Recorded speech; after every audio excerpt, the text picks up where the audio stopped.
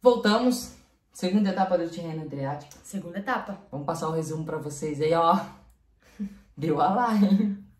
A minha torcida e o meu palpite deu certo. Você deu palpite O meu foi a torcida, o palpite foi o Van der Poel. Ah, certo. Que fez o segundo, né? Não deixa de estar ali. Como a gente, desde do primeiro vídeo, vem falando do trio, o trio hoje estava lá exatamente em primeiro, segundo e terceiro. Eu já, começando de trás pra frente hoje, volto no Van der Poel pra amanhã. E você? Eu acho que o Van Aert tem uma grande chance. Eu acho que o menos favorecido amanhã vai ser o Alaphilippe. Certo. Lógico, o trabalho de equipe conta bastante. O Alaphilippe tem uma equipe que sabe trabalhar perfeitamente, né? A Quick Step. Que inclusive a gente vai falar sobre isso, que hoje fez um trabalho. Isso, exatamente. Mas eu acho que pra amanhã a briga vai ser de cachorro grande de novo. O Van der Poel e o Van Aert vão duelar bonito.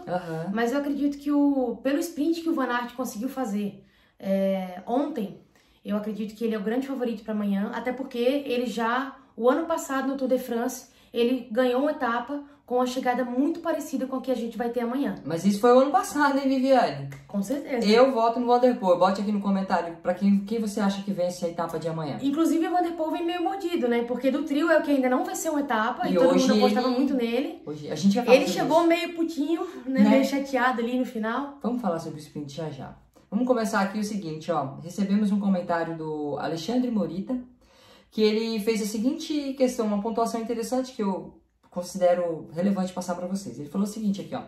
Gostaria que vocês falassem a respeito de um detalhe. O Van Aert, durante essa temporada de treinamento nas Ilhas Canárias, se não me engano, ele chegou da temporada dele de cyclocross com uma massa muscular muito alta para o seu padrão, o que fez com que ele tivesse que mudar a alimentação, entrando num regime especial, atrelado a uma carga de treinamento de subida forte, fato que talvez tenha perdido força e explosão muscular para competir na Strade Bianche.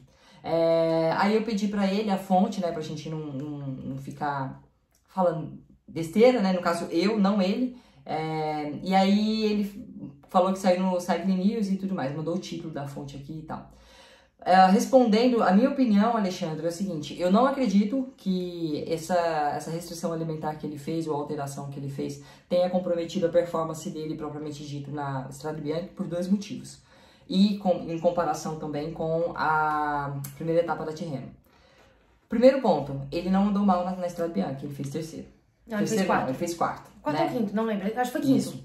Segundo ponto, a Strade Bianche e a primeira etapa da Tirreno são provas totalmente distintas. A Strade Bianche é uma prova bem mais dura, é uma clássica, quilometragem maior, mais subidas, né? Uma prova de um dia. E a primeira etapa, ele era uma etapa plana, com da Tirreno, né? 1h20 a menos de percurso transcorrido. E se ele tivesse perdido explosão e potência, ele não teria vencido o sprint na primeira etapa. O sprint o que mais exige é potência muscular. Também não acho, é pouco dia, 3 dias para ele recuperar isso, no treinamento isso não existe, e eu também não acho que ele chegou cansado na Strade Bianche, porque ele estaria mais cansado ainda, né? Então, eu acho que a diferença que tem aí é justamente etapa, perfil de prova e perfil de ciclista, tá? Eu espero que tenha ficado legal aí a resposta, e se vocês concordarem, desconcordarem, pode falar também. Mas vamos lá, a etapa de hoje, Vi? Vamos lá.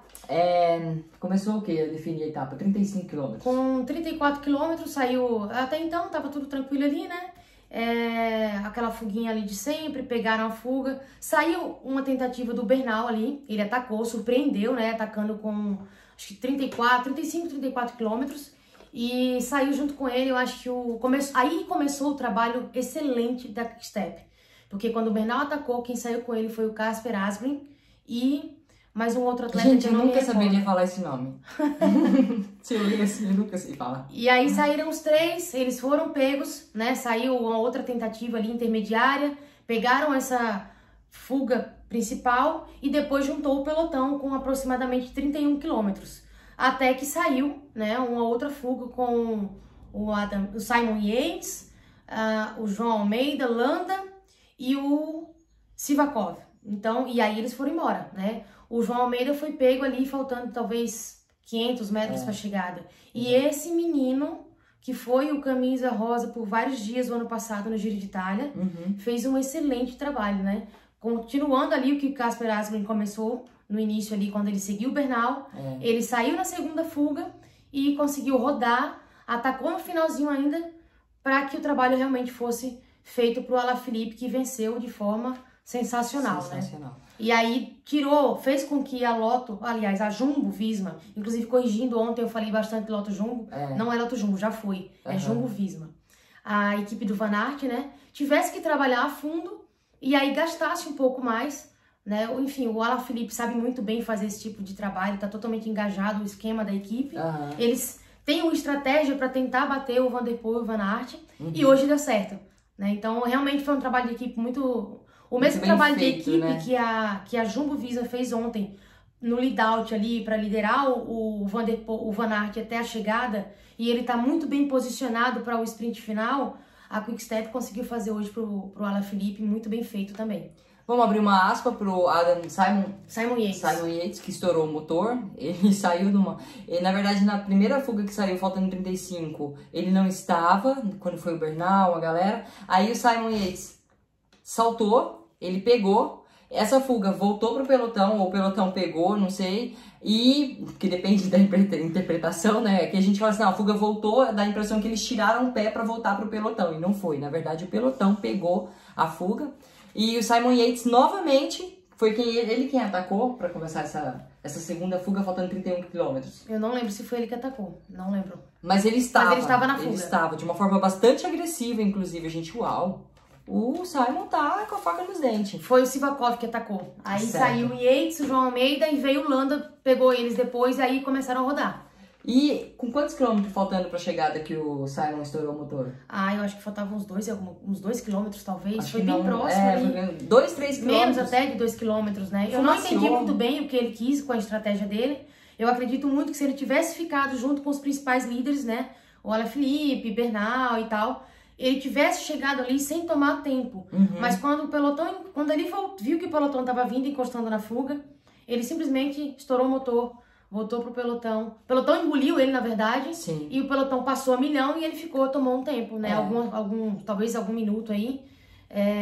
Mas eu não entendi qual a estratégia dele pra hoje, realmente. O Simon, que é o atual campeão, e a gente até colocava ele entre os favoritos, porque é sempre um ciclista favorito em qualquer prova que tenha definição em subidas, mas hoje... E ele sabe correr muito bem, né? Por isso que eu falo, que eu repito, eu não entendi a estratégia dele hoje. E pra amanhã?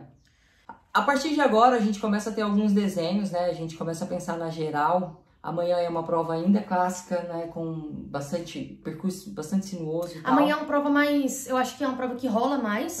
Não tem tantos desafios ao longo do percurso. E fica... Não digo que vai ser uma prova para sprintista, velocista puro, porque o final é ligeiramente subindo. Né? Então, se não me engano, os últimos 3 quilômetros desce um pouquinho e depois já começa a dar um aclive. Então, eu acredito que isso vai favorecer bastante o Van der Poel, o Van Aert. Mais uma vez. Que são os grandes nomes aí da competição. Ouvi, a partir de agora a galera começa já a pensar na classificação geral. Eu coloco o Van Aert como um dos grandes favoritos para a classificação geral. E ele também começa a se preocupar, assim, nessas etapas intermediárias, tirando subida e contrarrelógio. Para ele tá sendo bom porque ele colocou tempo ontem, ele teve uma bonificação hoje. Amanhã ele pode ter bonificação novamente, e isso vai diminuindo o gap da montanha, que é um dia só, que ele vai dar tudo para subir junto com quem sobe, com os escaladores mesmo, né? Para ele tomar o menor tempo possível na geral e levando para o contrarrelógio. Exatamente. E ainda tem a etapa depois da montanha, que é mais uma etapa considerada uma clássica, e ele pode se dar muito bem novamente em cima daqueles com perfil mais escalador.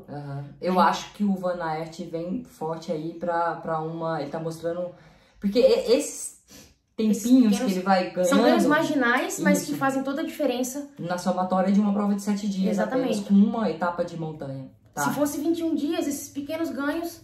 Né, de repente, para várias provas de montanha não é tão relevante, mas para 7 dias E ainda mais, é uma prova, a Tirreno Adriático é uma prova que só tem uma etapa de montanha realmente, né? Então, isso faz a diferença. Quem é montanheiro e vai querer se sobressair na montanha, o dia vai ser depois de amanhã. Amanhã, deixa aqui nos comentários, quem vai ser o seu favorito? Compartilhe esse vídeo com a galera que é alucinada por competições. Não deixe de se inscrever no nosso canal. Voltamos amanhã com o resumo da etapa. E vamos cada vez mais se aproximando do grande dia que é a etapa de montanha. Até mais. Até. Tchau, tchau.